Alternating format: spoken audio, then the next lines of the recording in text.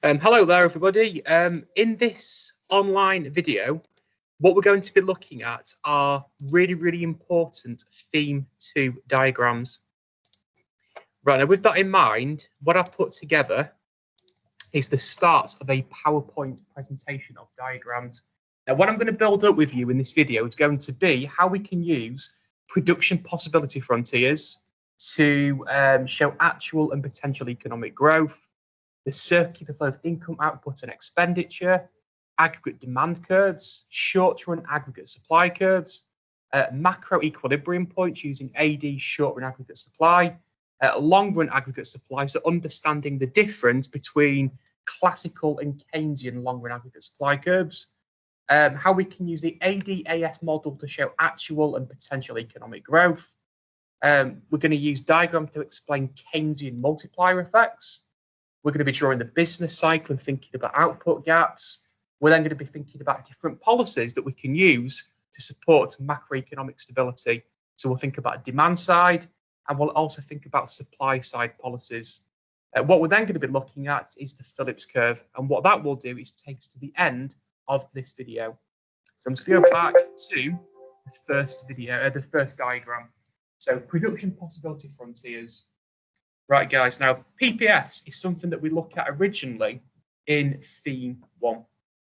So we've got here a production possibility frontier axes. Now we tend to label the axes consumer and capital goods, but you can label them goods and services, good A, good B, whatever you really want them to be. But really good practice is to go for consumer and capital goods. Now, hopefully what you remember as well is that a PPF can either be a straight line or it can be a curved line. The only difference between the two is when we have a straight line PPF curve, a bit like this one here, we have a constant opportunity cost along that line. So resources can be replaced equally for other goods and services. We can then have a curved PPF curve where the opportunity cost is changing along that diagram. Now, for this video, we're not going to be looking at the differences between the two in much detail. All I really want to do is to use the PPF curve to show actual and potential economic growth. So what we've got a PPF curve. Now, hopefully what you remember is that a PPF curve, it represents the maximum number of goods and services that an economy is capable of producing with an efficient use of its resources. What we looked at in theme 1 is we can use this diagram to show opportunity costs. So if we were to move, say, for example, from point A to point B, we'd have to reallocate resources away from making consumer goods to making more capital goods. So to produce those additional capital goods, we need to sacrifice those consumer goods there. Now, let me get rid of that again. Now let's think about how we can use this then to show actual and potential economic growth. So imagine the economy is operating at this point here. CO1 consumer goods and CA1 capital goods. Now, if I was to place a value in all those consumer and capital goods produced in the economy, this would give me the value of the economy, the GDP. Let's call that GDP1. So what we can see here then is that the economy is using scarce resources, so land, labour, capital and enterprise to produce goods and services. And at the moment, we're producing CO1 consumer goods and CA1 capital goods. We place a value on those goods and services produced, and we've got the current GDP of the economy.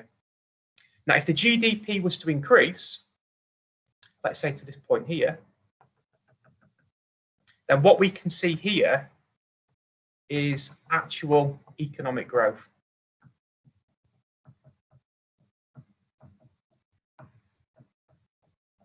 Okay, so in effect, what we can see here then is that the GDP has grown from GDP1 to GDP2. There's been an increase in the value of goods and services produced in the economy. And it's also worth noting that what we can also see from this diagram is that the spare capacity has fallen. The original spare capacity was the gap between GDP1 and the production possibility frontier. Now, all spare capacities is unused factors of production. So when we were producing GDP1, there was a significant gap between the GDP and the production possibility frontier. So that meant there were unused resources such as labour not demanded across the economy. When the GDP has grown to GDP2, the spare capacity has fallen. So we're using more of our land, labour, capital and enterprise to produce goods and services. So you've got the actual economic growth. Right. So let's now draw potential economic growth. So we've got capital goods and we've got consumer goods again. So again, we've got our PPF curve. Now this time I'm going to label this PPF1. Now remember, a PPF, it measures the maximum number of goods and services that can be produced with an efficient use of factors of production. Now, if we were to see our resources improve or increase, then the PPF would move outwards. So what we've got here is potential economic growth.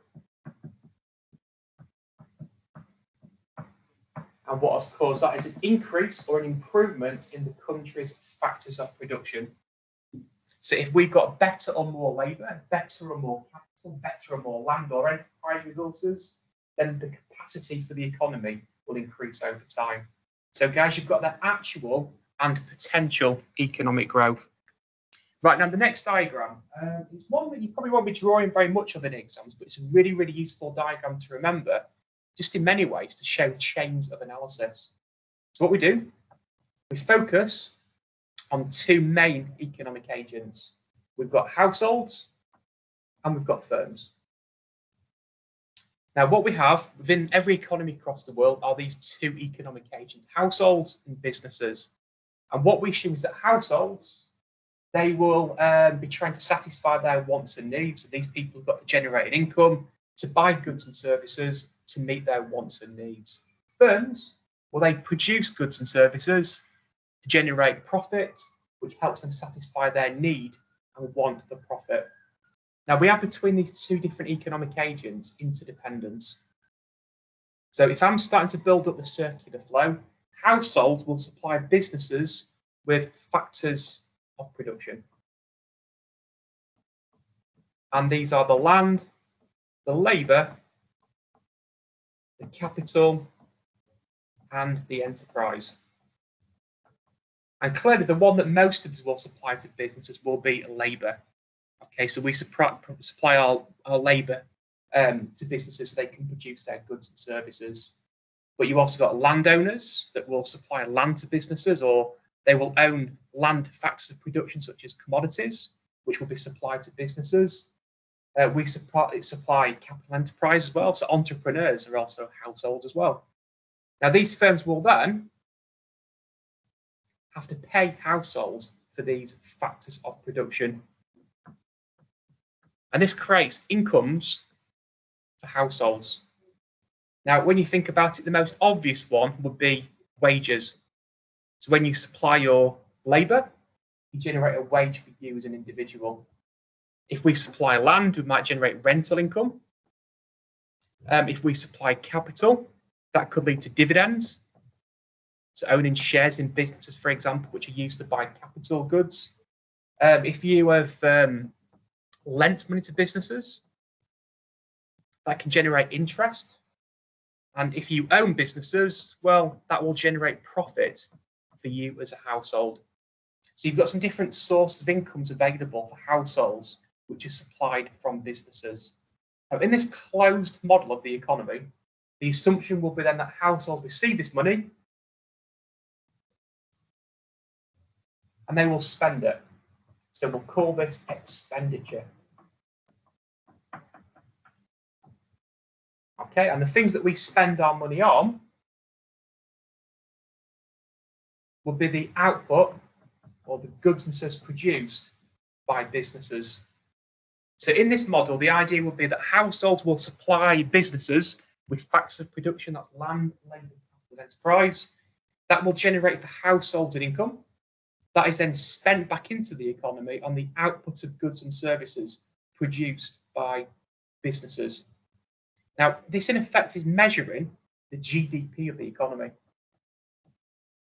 So if in a year I was able to put a value on the incomes generated to households, that would show me the GDP of the economy. If I then assume that every penny that people earn is spent, that is also measuring the GDP of the economy. And obviously this money is spent on the output, which is GDP of the economy. So the idea would be, everyone, that in this model, income, expenditure, output, they're all equal to the GDP of the economy. Income, expenditure, and outputs are one and the same thing. Right, okay, so you've got here the GDP of the economy. We're now going to think about what will make the GDP increase, what will make the GDP fall. So what we have injections into the economy. So these are the things which will make the circular flow expand and get bigger. So if you think about it, what these do, they will make this diagram swell.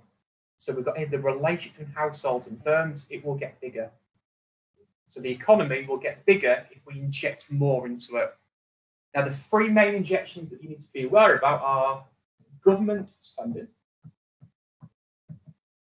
which we'll call G.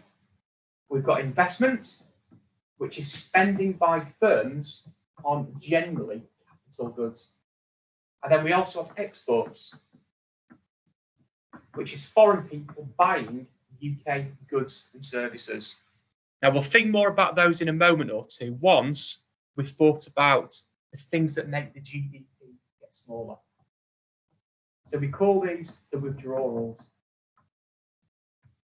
You might also see in some textbooks they call them leakages from the economy.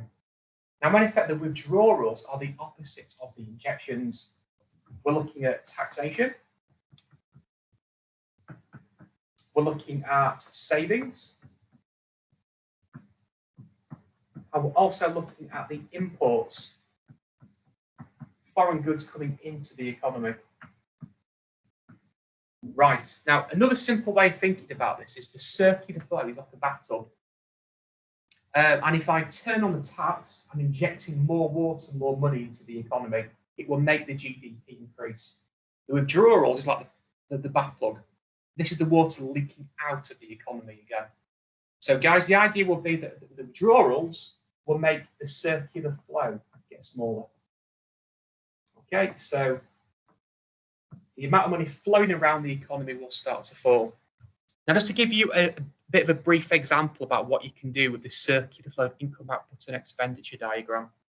If the government were to increase government spending, I don't know what this could potentially be. It could be extra subsidies granted to businesses. Now, if businesses got access to more funds, then they're able to demand more factors of production. What subsidies do, they incentivize firms to produce. So if they want to produce more because of this subsidy from the government, they will demand more factors of production from households. And if they're demanding more factors of production, there'll be more incomes paid back to households. If they're demanding more labour, well, that means more people are receiving income. And if more people are earning more money, there'll be more spending taking place, which means that output has got to increase because of that growth in spending by households. So that would increase the GDP of the economy. If there was more foreign demand for UK goods and services, that means there's more exports taking place. Well, clearly, if there's more exports, there's a growing demand for the output produced by our businesses. If firms have got to produce more output, they've got to demand more factors of production. And if there's more factors of production being generated or demanded, there's more incomes being paid to households, and there's more incomes, that will lead to a growth in expenditure as well. So a growth in the injections will make the GDP or the circular flow get bigger. If these injections were to fall, there'd be a drop in the amount of money flowing around the economy, and the circular flow would get smaller. Now think about withdrawals. Think about taxes. If, for example, the government were to raise income tax rates or corporate tax rates, it would mean that the incomes flowing to households would get smaller. Now, if you're receiving less of your income, then that would lead to less expenditure taking place. That would also lead to less output being produced due to falling demand for goods and services, and it would lead to a drop in the demand for factors of production. So the idea would be, everyone, that if we want the circular flow to get bigger, we've got to increase the injections. That will make the circular flow get bigger. If we can reduce the withdrawals, that would also lead to the economy getting bigger. So a good example, everyone, if we can reduce savings that take place. Think about it. When people earn their income, they've got two things they can do. They can either spend it or they can save it. Now, if, for example, people are saving a big proportion of their income, that would mean that expenditure would fall. And that would lead to lower demand for output, and therefore things produce less, and there's lower demand for factors of production. If we can incentivize people to spend more of their money, it means that more income is being spent back into the economy. And again, that's more output being produced.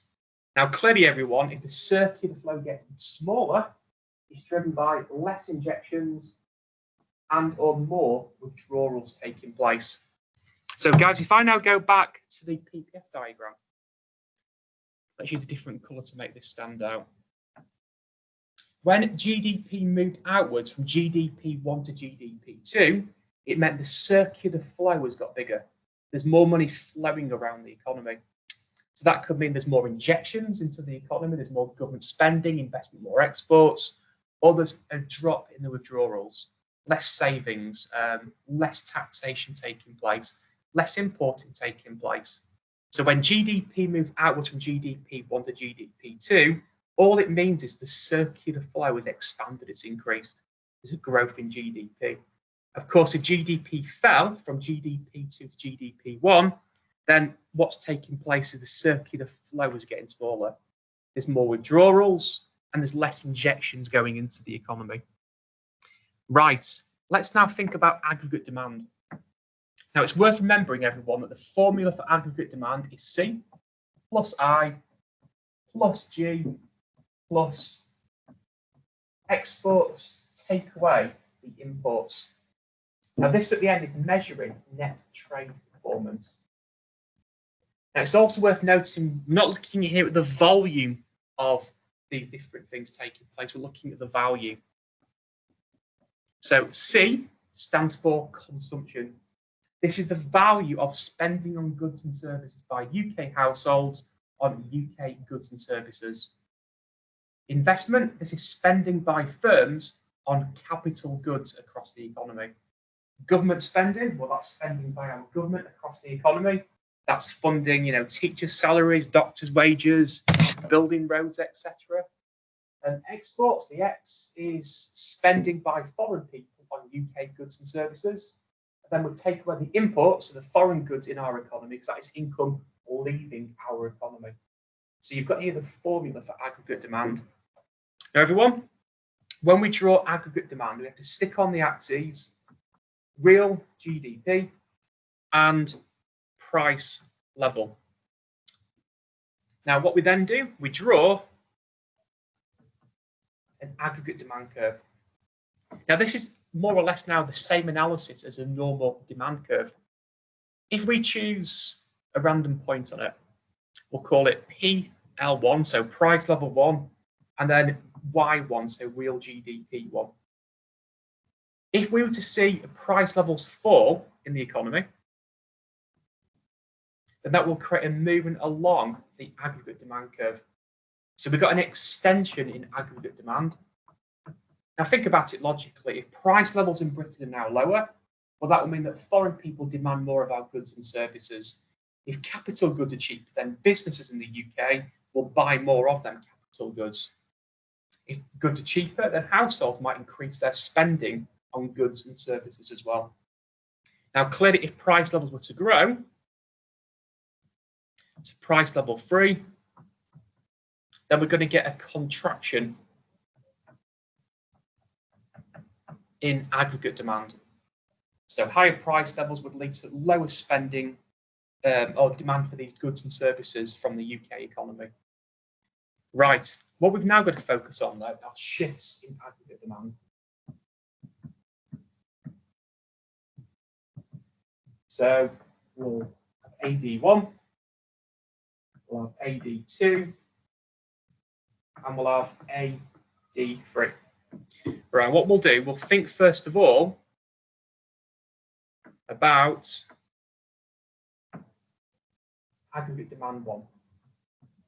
So what we're saying is that price level 1, Y1 is measuring the GDP of the economy. That is the current size of the circular income output and expenditure. Now, if there was suddenly an outward shift in aggregate demand, then real GDP would increase from Y1 to Y2. And think about why. If there's a growing demand for UK goods and services, well, our firms have got to produce more, which will create more real GDP. So we're showing here at the original price level, there's a growing demand for UK goods and services. If AD was to move inwards from AD1 to AD3, then GDP would fall. At the same price level, you've got falling demand for UK goods and services. So, for example, think about COVID-19. Due to lower confidence, firms are less willing to invest. Falling incomes across the world will mean there's falling demand for UK exports. This could reduce the GDP of our economy. Right, next diagram, everyone. Short-run aggregate supply. Now, it's worth being aware that we differentiate between short-run and long-run production. Now, this is something that we look at in a lot more detail in theme 3.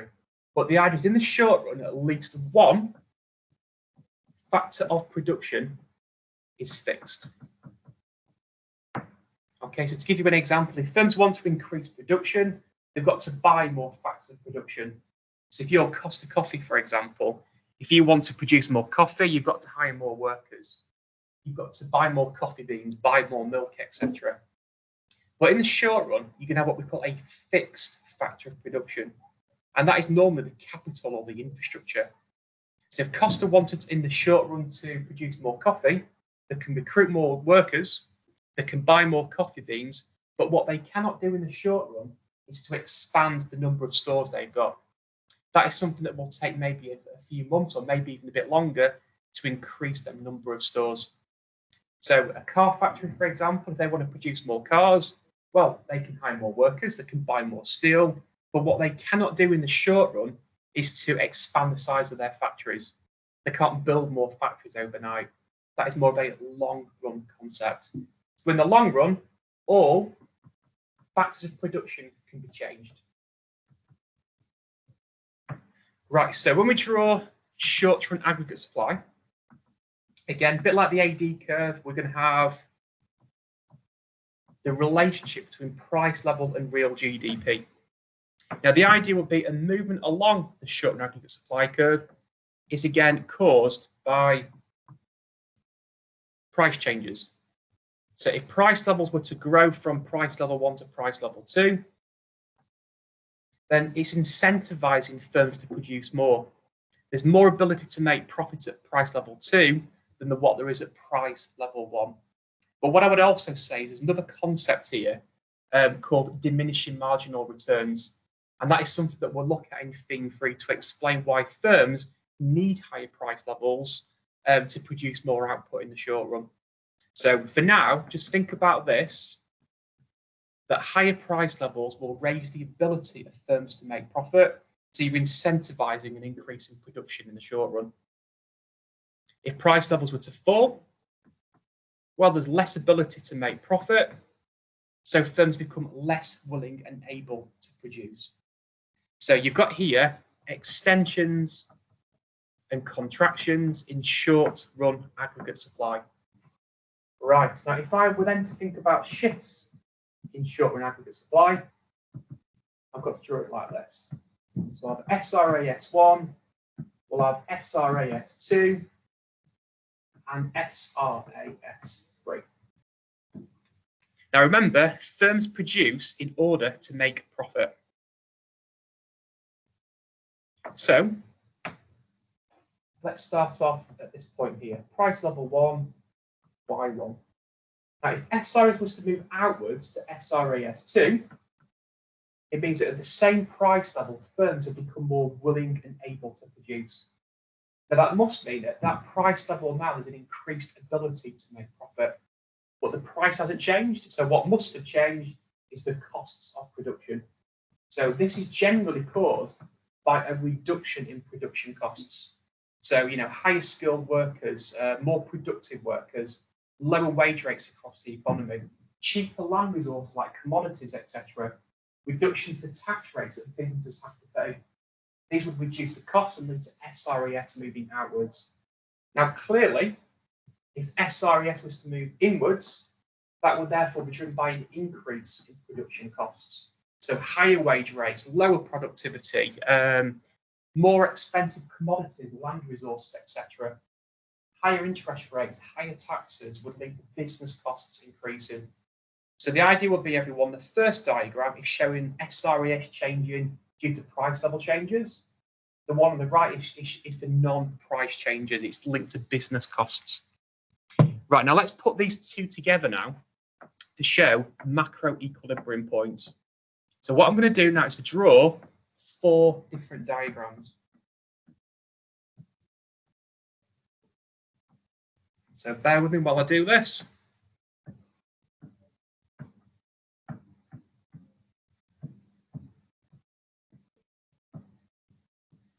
Right, now on these diagrams then, let me just separate these out a little bit. We're going to start off by showing originally a short-run macro equilibrium point.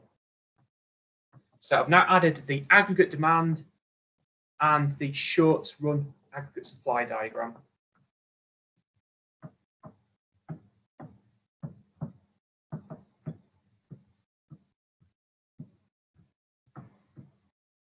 And then what we'll do, we'll identify the equilibrium point. So it's where AD meets SRAS1. In other words, what people are demanding from the economy in terms of goods and services is equal to what firms are willing and able to produce. So we found a price level where the demand for output is equal to the supply of output across the economy. Now we can see from this what the price level, what the inflation rate would be, and what the real GDP would be in the economy. Now, if we were to show in this diagram an outward shift in aggregate demand, and in the next one, an outward shift in short-run aggregate supply, we can see what the impact would be on the macro equilibrium point. Now, remember, if AD moves outwards, it's driven by a growth in consumption, a growth in investment, more government spending, higher exports or fewer imports for non-price reasons. So, for example, consumption might have grown due to growing income levels across the economy. Firms might be investing more due to lower interest rates, which incentivize more loans to be taken out. It could be the government decide to, for political reasons, increase government spending. It could be for growing incomes across the world that foreign people are demanding more UK exports. It could be tariffs on imports, which reduces foreign goods coming into the economy. Now, the idea would be if there's a growing demand for UK goods and services, the new macro equilibrium point would be at this point here. Now, think about what this means is happening in the economy. We've got a growth in GDP. We've got actual economic growth taking place. There's been a physical increase in the country's GDP. If there's more been demanded, more spending, then firms have got to produce more output. Think back to that circular flow diagram. What this will also do is to create a growth in employment, because if there's more demand for goods and services, well, that will create cyclical employment. Firms have got to demand more workers across the economy. What this will also create is demand pull inflation. And that is because at the original price level of P1, there is now an excess demand. So that would force price levels up in the economy. Demand is literally pulling up the price levels across the economy. The top right diagram, remember SRS will move outwards when business costs fall. It will incentivize an increase in production. Now, what this will do, it will drive price levels down and increase GDP across the economy. Now, think about why it will increase GDP. At the original price level of P1, we've now got an excess supply that will force price levels down across the economy. And as price levels start to fall, then this would incentivize an extension in demand. Think about it logically. If UK goods are cheaper, then foreign people will demand more exports. There'll be more spending by households across the UK on domestic goods and services. And what this will also, in all likelihood, do is to increase employment again as well. A growth in demand for output means that there's got to be more people employed to produce that extra output. Now, in the bottom two diagrams, I'm going to show the reverse. AD moving inwards and SRAS moving inwards. So look at that first diagram.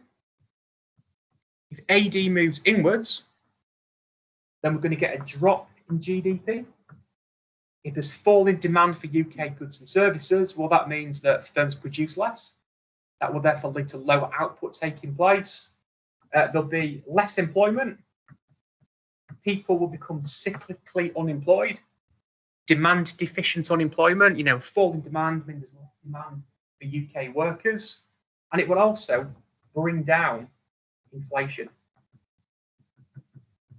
Okay, so it could lead to disinflation taking place or deflation taking place. So this is something that you tend to see in the recession. So aggregate demand might have fallen due to poor animal spirits, low confidence in the economy. It could be caused by fiscal austerity, drops in government spending, etc. Now, in the bottom right-hand corner diagram, remember SRAS moves inwards due to a growth in business costs.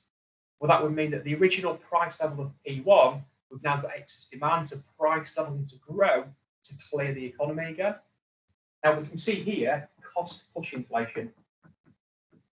An increase in business costs will force firms to have to raise prices. And as price levels grow, there'll be a contraction in aggregate demand. And because we're all demanding less, well, that means that the GDP of the economy will also fall. Now, what we can also see here as well will probably be a reduction in employment. With the logic being, if there's lower demand for goods and services, then less people will find employment across the economy. So, guys, you've got there macro equilibrium diagrams. Right, next one. Now, it's worth noting, actually, if I just go back a second, that we've got here changes in actual economic growth. We can link these to the PPF diagrams. When we've got an increase in aggregate demand or an outward shift in short-run aggregate supply, that would lead to actual economic growth. GDP would increase across the economy. So we go from GDP 1 to GDP 2. And think about why. There's growing consumption, more investment. That's got to a growth in output to match that growing demand. If SRAS moves outwards, again, lower price levels would stimulate a growth in aggregate demand, and therefore GDP would increase. Clearly, if AD moves inwards or SRAS moves inwards, GDP would fall from GDP2 to GDP1. So what's really, really good if you can link these different diagrams together. Right, next one. Let's think about classical against Keynesian long-run aggregate supply curves.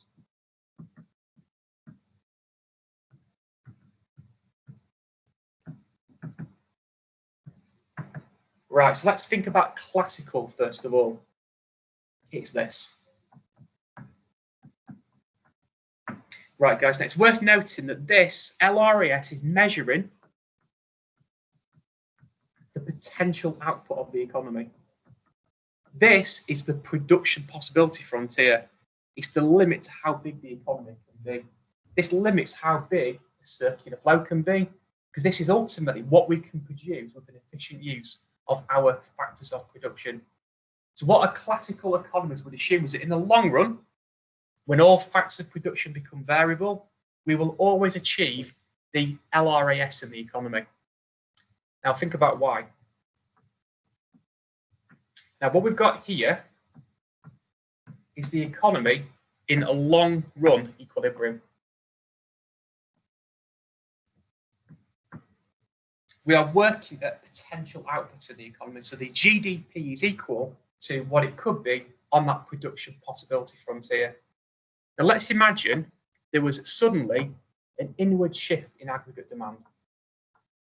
I don't know, maybe there's a recession taking place, low confidence taking place. Now what we know is temporarily, we will have spare capacity in the economy.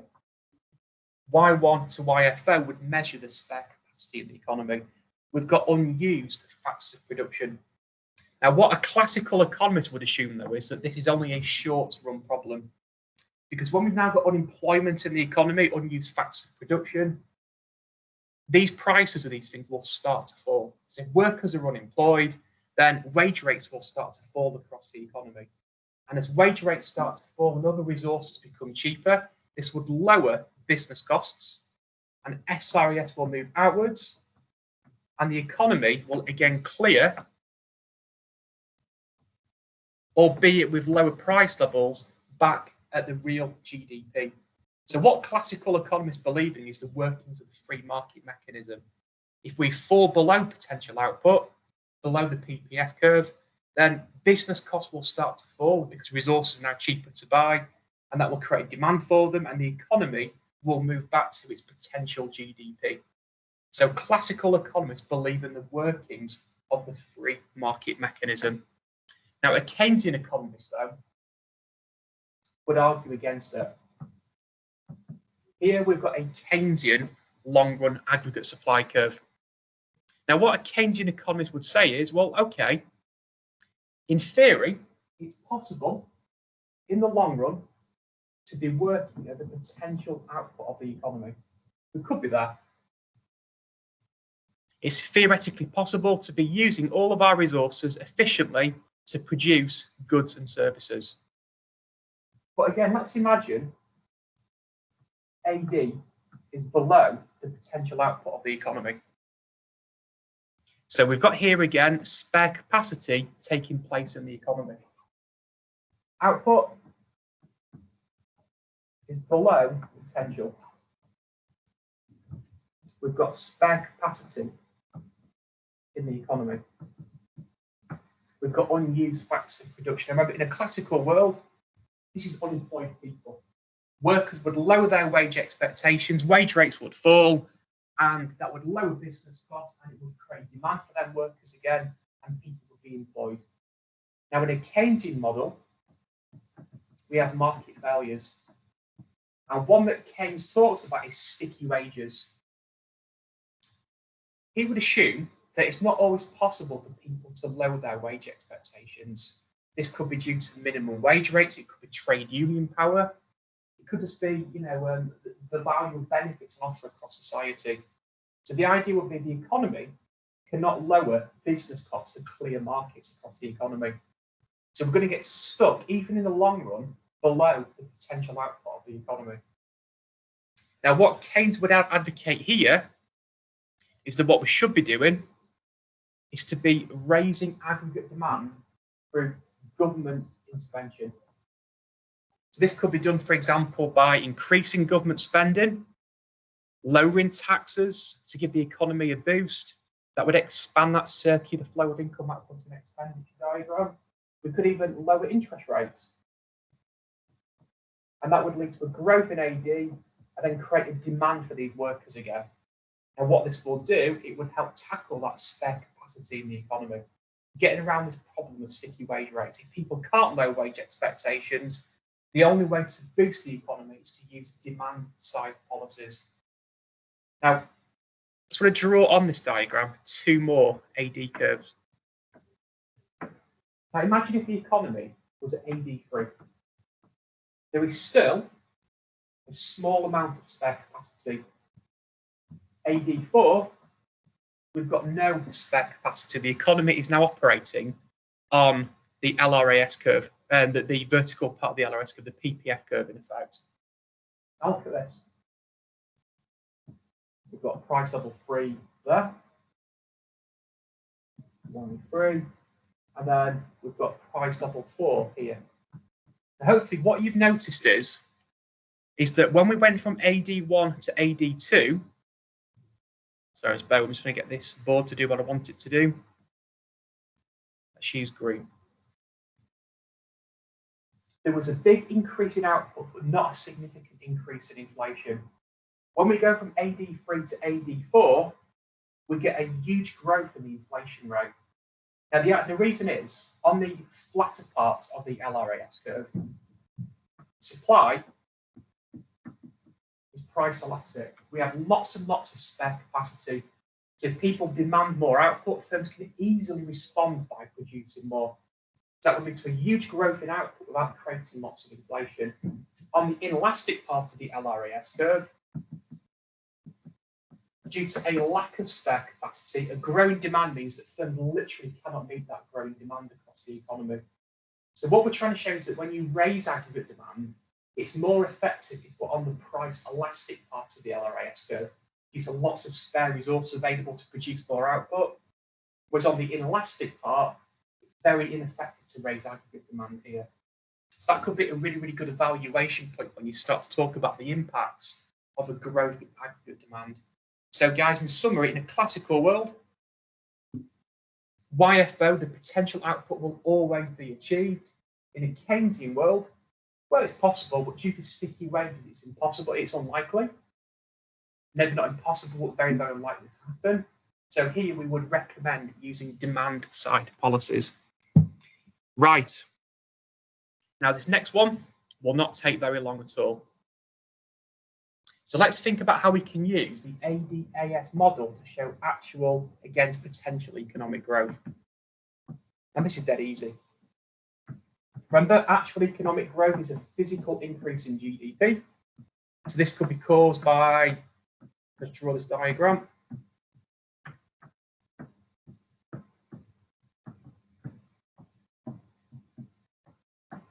So all I need to show is GDP increasing. Remember, that's the circular flow expanding. Well, that can be caused by AD moving outwards,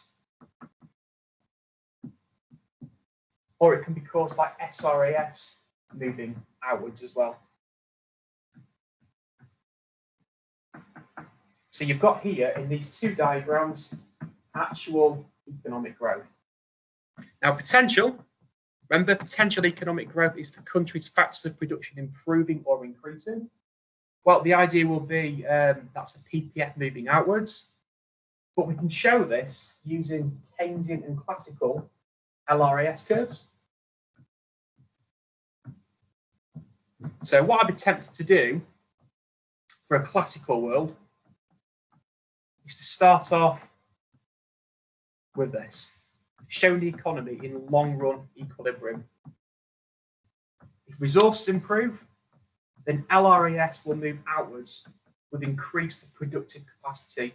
Now, normally this would be associated with a reduction in business costs because of growth in efficiency and productivity. And the economy is now in long-run equilibrium at that point there. In the right-hand side diagram, what we would do is to show a Keynesian model.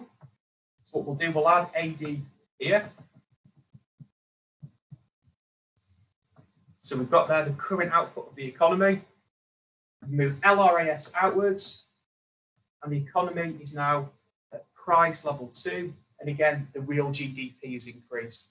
So we can see here potential economic growth in a Keynesian and a classical model, those LRAS curves moving outwards. Right, this one. Now, multiplier effects. Now, hopefully what you remember is formulas.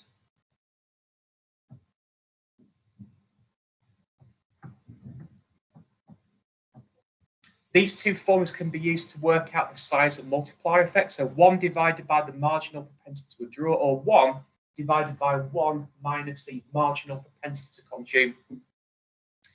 Now, if I want to show the impacts of multiplier effects, Keynesian will show LRAS. So the economy is originally in equilibrium at that point there. Now, the Keynesian economy would again recommend, when we've got lots of spare capacity, government intervention. So we might increase government spending. That would mean that AD would move outwards. That's the impact of the growth in government spending. But then what we can also show on this diagram is the impact of the multiplier effect. As that money continues to move around the circular flow of income, output and expenditure, it would create an additional increase in aggregate demand. So a good example could be if I really, really quickly draw a circular flow diagram. If the government was to give households extra government spending, let's imagine they increase the pay of public sector workers like teachers, that would lead to more spending. That would mean you're going to have more output produced by businesses, and that would also mean you're going to get a growing demand for workers, and that would lead to a growth in incomes.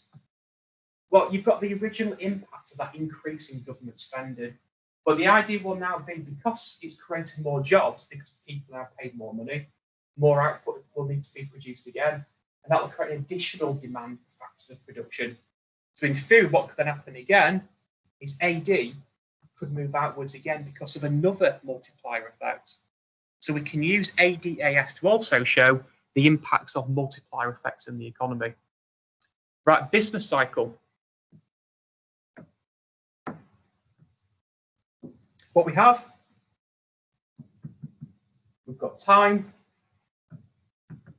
and real GDP. Now, what we would like the economy to do is to grow like this. This is the trend rate of economic growth. This is also measuring potential economic growth. This is the rate at which the LRAS curve moves outwards over time. And the idea would be that the economy would generally move roughly in line with that trend rate of economic growth. Now, if you're on this line, you've got beautiful economic stability. The economy is moving, every year, roughly the same rate of economic growth.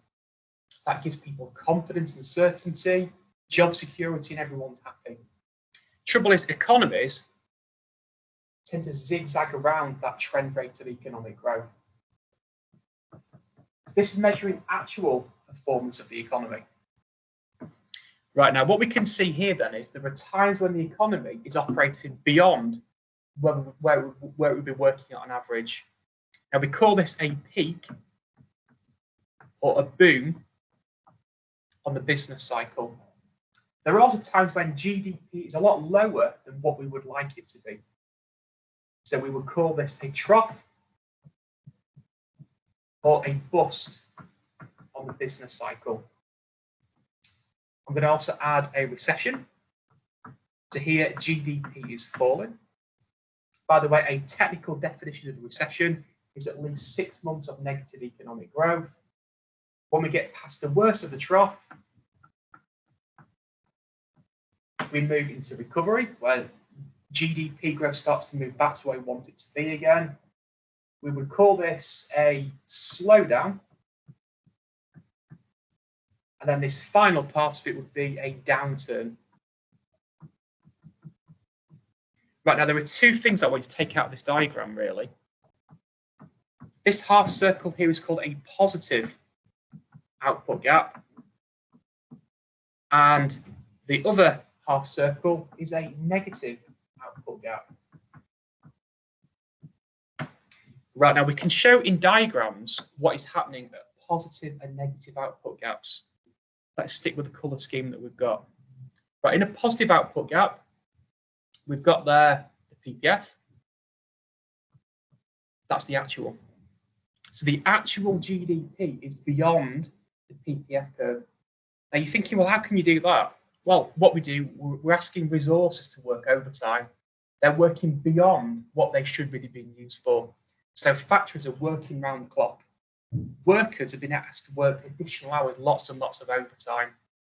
Now, what this will do, it will create mass scarcity across the economy. Demand is way beyond what firms can possibly be producing, and this will create a large growth in inflation in the economy. Now, we can also show this through ADAS. I'll go for a classical long and aggregate supply curve. Here, AD, SRS they will meet beyond the potential output of the economy. So a big problem you tend to get here then is lots of scarcity, which will create lots and lots of inflation. In the negative output gap, we've got the opposite problem. Again, we've got the PPF, but the actual performance is beyond what we would like it to be, working within our PPF curve.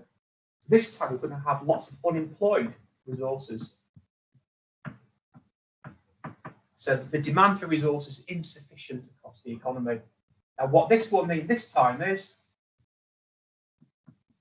that AD is meeting SRAS before we get to the potential output of the economy.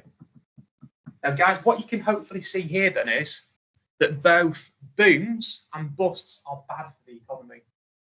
Booms will create massive scarcity, massive inflation, whereas busts, they will create lots of unemployment. Poverty will probably increase. Unemployed resources is the big problem here. That could lead to disinflation and deflation taking place in the economy.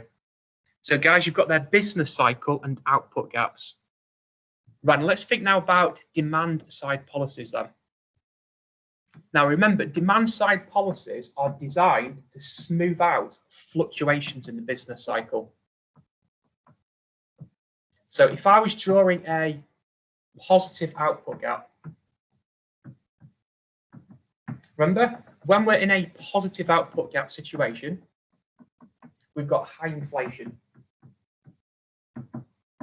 We've got massive scarcity across the economy. In other words, employment is so high that wage rates are getting bid up. We've got wage price spirals taking place. The circular flow is too big. So we've got to ease those pressures on the economy. So what we've got to do is to bring aggregate demand downwards back towards trend rates of growth. Now, to do this, what we've got to do is to reduce the injections, or we've got to increase the withdrawals taking place in the economy. Remember, injections are government spending, investment and exports. The withdrawals, well, these are the taxes, savings and imports. Now, we can do this through contractionary or what we call deflationary policies. So we could use fiscal. And here what we'll be doing, we would be lowering government spending and or raising taxes. Monetary, we will be raising interest rates and reducing money supply. Now, when you think about it, what these will do, remember, to bring aggregate demand downwards, to ease the inflation in the economy, I want to reduce the injections or to increase the withdrawals. But if I lower government spending, straight away, that's an injection that's going to fall. If I raise taxes, then that's a withdrawal. That is also going to increase in the economy. If I raise interest rates, I make it more difficult for businesses to borrow to fund investment, so investment will fall. But also, if I raise interest rates, I make savings more attractive, and people save more money in the economy as well rather than spending it. This would reduce the size of the circular flow of income, output and expenditure. Now, the opposite then would be a negative output gap. So in a negative output gap situation, remember, we're below where we'd like the economy to be. So price level 1, Y1. So this time what we've got to do, we've got to increase aggregate demand. We've got to move AD back to where we would like it to be on that LRAS curve to use up all that spare capacity. Now remember, in a negative output gap situation, you've got high unemployment. Okay, now when you've got high unemployment, you've got to raise demand to get people back to work. Well, this time we've got to raise injections. That's government spending, investments and exports. And or we've got to lower the withdrawals, which is taxes, savings and imports. Now this time we would use expansionary or what we call inflationary policies. So again, this could be fiscal, or it could be monetary. Now, fiscal, we could this time raise government spending, lower taxes, or we could lower interest rates and expand the supply of money, what we call quantitative easing. Now, think about what this would do. If you were to increase government spending, well, that's an injection that's going up. If you lower taxes, well, that's a withdrawal that's going down. It allows more people to spend in the economy. If you lower interest rates, savings become less attractive. And if you lower interest rates, expand supply of money, you're incentivizing more firms to invest into the economy as well.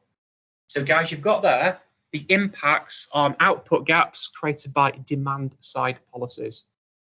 Right, supply side policies then. Now, remember what supply side policies are. They're designed to either improve or increase the factors of production of the economy.